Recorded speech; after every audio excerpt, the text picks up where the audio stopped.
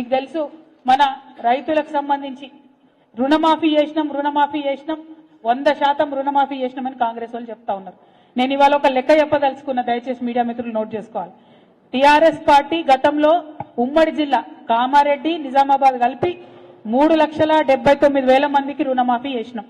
ఇలా కాంగ్రెస్ ప్రభుత్వం కేవలం 2 లక్షల మందికి రుణమాఫీ చేసి రుణమాఫీ మొత్తం చేసినామని చెప్తున్నటువంటి పరిస్థితి. నిజామాబాద్ జిల్లాలో ఇంకా 1,02,000 మందికి రుణమాఫీ కాలేదు. కామారెడ్డి జిల్లాలో ఇంకా 75,000 మందికి రుణమాఫీ కాలేదు. కాబట్టి ఖచ్చితంగా ఈ రుణమాఫీని తొందరగా ప్రభుత్వం పూర్తి చేయాలని కూడా మేము డిమాండ్ చేస్తా ఉన్నాం.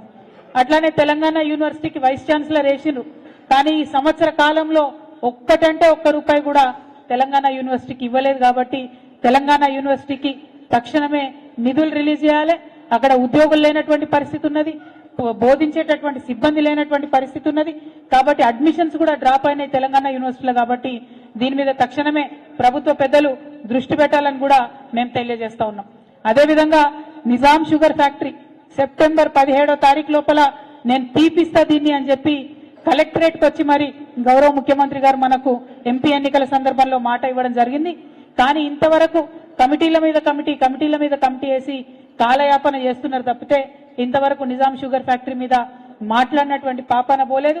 నిన్న కూడా అక్కడ పబ్లిక్ హియరింగ్ జరిగేది ఉండే, మరి ఎందుకోసం మళ్ళా వాయిదా వేసుకున్నారో తెలియదు. కాబట్టి మరి రైతుల పక్షాన్ని ఆలోచన చేసి మీరు ఇచ్చినటువంటి వాగ్దానాన్ని నిలబెట్టుకోవాలని ప్రభుత్వాన్ని నేను కోరుతా ఉన్నాను. అట్లానే మన జిల్లాలో కాళేశ్వరం 22, 21, 22 ప్యాకేజీలు ఉంటాయి. వాటికి సంబంధించి మరి చాలా దుష్ప్రచారం చేసింది. కాళేశ్వరం ఎందుకు పనికిరాదు, కొట్టుకపోయింది కాళేశ్వరం అని చెప్పి మాట్లాడింది. కానీ ఇవాళ ఇదే 21, 22లో బిల్లులు మాత్రం మొత్తం కాంట్రాక్టర్లకు ఇచ్చిండ్రు, పనులు మాత్రం ఎక్కడ కూడా జరుగుతలేవు. కాబట్టి త్వరితగతిన ఈ కాళేశ్వరం ప్యాకేజ్ 21, 22 పనులన్నీ కూడా చేయాలని చెప్పి నేను ఈ ప్రభుత్వాన్ని డిమాండ్ చేస్తా ఉన్నాను. అట్లనే రైతన్నలందరూ కూడా చూసిండ్రు, మనం అంతకుముందు ధరణి అనేటటువంటి చట్టాన్ని తెచ్చుకున్నాం. దాంతో ఏం చేస్తుండే, మనం ఒక్కసారి రైతుది భూమి అని తెలిస్తే ఆ భూమి మనం బీర్వాలేసి తాళం వేసుకున్నట్టే మంచిగా భద్రంగా రైతు పేరు మీద ఉండే. కానీ ఇప్పుడు కాంగ్రెస్ పార్టీ వచ్చి మళ్ళా ఆ చట్టాన్ని మార్చింది. ఏం చేస్తారట, మళ్ళా ఈ భూమి ఈ రైతుదని తెలిసిన తర్వాత కూడా ప్రతి సంవత్సరం మళ్ళా గ్రామాల్లో ఉండే రెవెన్యూ అధికారులు వస్తారు, ప్రతి సంవత్సరం ఈ భూమి నీదైనా కాదా అని చెప్పి మాట్లాడతారు, ప్రతి సంవత్సరం మళ్ళా కొత్త పహానీ రాస్తారు. అంటే మళ్ళా పాత సిస్టంలో సరికొత్తగా రైతులను మరి నరకయాతన పెట్టడానికి భూమాత అనేటటువంటి కొత్త చట్టాన్ని, భూభారతి అనే కొత్త చట్టాన్ని తీసుకొచ్చిండ్రు. కాబట్టి ఇవాళ నిజామాబాద్ నుంచి నేను ప్రభుత్వాన్ని డిమాండ్ చేస్తా ఉన్నా, మీరు భూమాత పోర్టల్ని ఓపెన్ చేసే కన్నా ముందు, ఈ భూభారతి చట్టాన్ని మీద రీసర్వే చేసే కన్నా ముందు ఇప్పటి వరకు ఉన్నటువంటి భూములను మీరు వైట్ పేపర్ రిలీజ్ చేయాలి. ఏ గ్రామంలో ఏ రైతు పేరు మీద ఏ ప్యాకెట్ ఉంది, ఏ భూమి ఉందన్న విషయం మీరు బహిరంగంగా పంచాయతీలలో ప్రకటించాలి.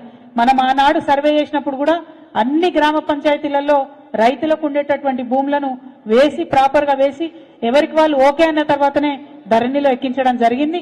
ధరణిలో డిస్ప్యూట్ లేనటువంటి వాటిని మనం ఎక్కించలేదు, వాటిని పార్ట్ బిలో పెట్టుకున్నాం.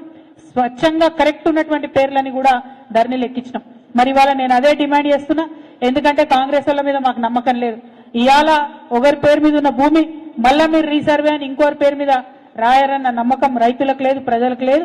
కాబట్టి ఇప్పుడు ఉన్నటువంటి డీటెయిల్స్ అన్ని కూడా ఒక వైట్ పేపర్ ఇవ్వాలని చెప్పి మేము డిమాండ్ చేస్తా ఉన్నాం. అదేవిధంగా మరి మన జిల్లాలో మొట్టమొదట మహేష్ కుమార్ గౌడ్ గారు ఆయన పిసిసి ప్రెసిడెంట్ అయి వచ్చినాక భరోసా ఇచ్చేటట్టు మాట్లాడతారేమో, మరి మన జిల్లాకు అభివృద్ధికి తీసుకొస్తారేమో, నిధులు తెస్తారేమో, వరదలాగా నిధులు వస్తాయేమో, చాలా మొత్తం పార్టీ నాయకుడే మన జిల్లా నుంచి ఉన్నాడని అనుకున్నాం. కానీ వస్తానే ఏం మాట్లాడిండు, హైదరాబాద్లో హైడ్రా పెట్టినాం, నిజామాబాద్లో నిడ్రా పెడతాం. ఇక్కడ చిన్న చిన్న వ్యాపారాలు చేసుకునే రియల్ ఎస్టేట్ వ్యాపారులందరూ కూడా కంప్లీట్ గా మునిగిపోయినటువంటి పరిస్థితి, పేద ప్రజలందరూ భయంతో ఉన్నటువంటి పరిస్థితి. నిజామాబాద్ చుట్టుముట్టు ఉన్నటువంటి వాళ్ళందరినీ నిడ్రా పేరు పెట్టి మళ్ళా బుల్డోజర్లు పెట్టి కూలగొడతామని చెప్పి మహేష్ కుమార్ గౌడ్ గారు మాట్లాడినటువంటి పరిస్థితి. నేను ఇవాళ మహేష్ కుమార్ అన్నను ఒకటే రిక్వెస్ట్ చేస్తా ఉన్నా, అన్న మనం నిజామాబాద్ వాళ్ళం, మీరు మంచి పెద్ద పదవిలో ఉన్నారు, కాంగ్రెస్ పార్టీలో అత్యున్నతమైనటువంటి పదవిలో ఉన్నారు. కాబట్టి మీరు మన జిల్లాకు నిధులు తీసుకురండి, మన జిల్లా శాంతి భద్రతలను కాపాడే విధంగా తొందరగా పోలీస్ కమిషనర్ని తీసుకురండి. హైడ్రాతో అక్కడ హైదరాబాద్ ప్రజలు ఆగమైనరు, ఇక్కడికి నిడ్రా మాత్రం దయచేసి తీసుకొని రాకండి. పేద ప్రజలకు అవకాశం ఉన్న చోట తరలించండి, నదులను రక్షించండి. ఒక బాధ్యత కలిగినటువంటి ప్రతిపక్షంగా మేము మీకు సహకారం అందిస్తాం. కానీ వాళ్ళకి ఏ ఆధారం లేకుండా ప్రజల ఇంటి మీదకి మాత్రం బుల్డోజర్ తీసుకొని పోవద్దని మహేష్ కుమార్ గౌడ్ అన్న గారిని మేము రిక్వెస్ట్ చేస్తా ఉన్నాం. అట్లనే మన జిల్లాకు తొందరగా మంత్రి వస్తే కనీసం 1-2 రూపాయలు వాళ్ళు ఇచ్చే నిధులు వస్తాయేమో అనేటటువంటి ఆలోచన కూడా ప్రజలందరిలో ఉంది. మరి అది ఎప్పుడు విస్తరణ అవుతుందో, ఎప్పుడు మన జిల్లాకు నిధులు వస్తాయో అర్థం కానటువంటి పరిస్థితి కూడా ఉంది. సో ఇవాళ నిజామాబాద్కి వచ్చి నిన్న ఇవాళ ఇక్కడ రైతుల్ని, ప్రజల్ని, విద్యార్థుల్ని అందరినీ కలిసిన తర్వాత వస్తున్నటువంటి కామన్ ఒపీనియన్ ఏంటంటే, ముఖ్యంగా మా ఆడబిడ్డలకు చెప్పినటువంటి 2500 రూపాయలు మహాలక్ష్మి ఎవరికి కూడా వస్తలేదు. రేషన్ కార్డుల విషయం అసలే ఎవరు మాట్లాడతలేరు. ఇవాళ సంక్రాంతి వస్తుంది, సంక్రాంతి రాగానే రేషన్ కార్డులు తొందరగా ఇవ్వాలని, మా ఆడబిడ్డలకు 2500 ఇవ్వాలని, కళ్యాణ లక్ష్మితో పాటు తులం బంగారం ఇవ్వాలని, ఏదైతే ముస్లిం సోదరులకు షాదీ ముబారక్ లో 1,60,000 ఇచ్చి మళ్ళా తులం బంగారం ఇస్తామని చెప్పినరో అది ఇవ్వాలని, మా ఆడపిల్లలకు 18 ఏళ్లు నిండిన వాళ్లకు స్కూటీలు ఇవ్వాలని, ఉద్యోగాలు ప్రకటన చేయాలని, ఉద్యోగులకు ఉన్నటువంటి పెండింగ్ డిఏలను, బకాయిలను రిలీజ్ చేయాలని, అన్నిటికన్నా ఎక్కువ రైతు భరోసా అత్యంత తొందరగా ఇవ్వాలని చెప్పి డిమాండ్ చేస్తా ఉన్నాం. ఇవాళ ఎక్కడ చూసినా రైతులు చనిపోతే కేసీఆర్ గారు ఉన్నప్పుడు 5వ రోజుకి ఇంటికి 5 లక్షలు పోయేటటువంటి పరిస్థితి ఉండే. ఇవాళ నెల అవుతుంది, 2 నెలలు అవుతుంది, ఎంతో మంది రైతులకు మరి రానటువంటి పరిస్థితి. మరి రైతు బీమా మీరు ప్రభుత్వం నుంచి కట్టినరా కట్టలేదా ఆ విషయం దయచేసి రైతులకు క్లారిటీ ఇవ్వాలని చెప్పి మేము డిమాండ్ చేస్తా ఉన్నాం. ఇట్లా ఏ అంశం చూసినా మంచి లేనటువంటి పరిస్థితి ఉంది.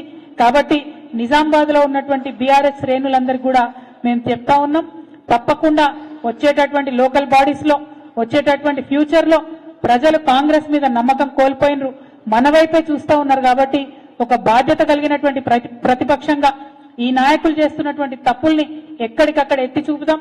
ప్రతి ఊర్లో కూడా ఇందిరమ్మ ఇండ్లు ఇస్తామని చెప్పిండ్రు, అప్లికేషన్లు తీసుకున్నారు, దానికి అత్తాపత్తా లేదు.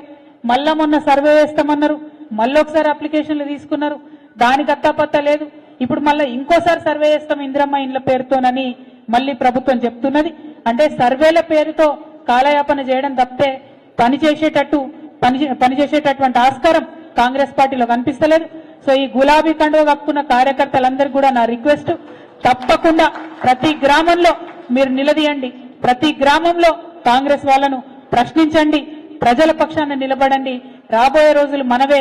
తప్పకుండా నిజామాబాద్ జిల్లాలో మళ్లీ పార్టీకి పునర్వైభవం వస్తుంది.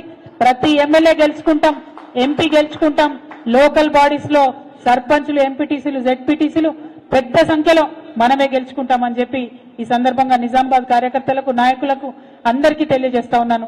Thank you. జై తెలంగాణ.